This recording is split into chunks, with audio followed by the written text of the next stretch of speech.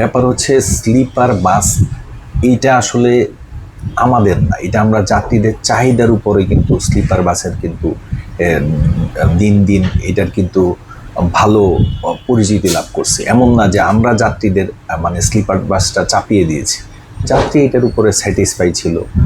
আমরাও দেখলাম যে মানে বিজনেস ক্লাস ইকোনমি থেকে স্লিপারটার প্রতি যাত্রীর প্রচুর চাহিদা। তো স্বাভাবিক, আপনি যখন ব্যবসা করবেন অটোমেটিকলি আপনি কিন্তু মানে চাইবেন যে এটার চাহিদা, ওইটাই তো আপনি ইয়ে করবেন। তো স্লিপার বাসের চাহিদার কারণেই আমাদের কিন্তু আজকে এত স্লিপার বাসের বৃদ্ধি। তো এখন সরকারের যেটা মানে ওরা যে মানে সরকার যেটা বলতেছে যে না, এই বাস বন্ধ করে দিবার জন্য এই বাস চলবে না। তো এখন আমার যে প্রশ্নটা, তো এইটা তো স্লিপারটা একদিনে তৈরি হয়নি। আপনি ধরেন দেখা যাচ্ছে 2021 থেকে কিন্তু এটা ডে বাই ডে আজকে 6-7 বছরে মোটামুটি প্রায় 800-1000 স্লিপার বাস তৈরি হয়ে গেছে।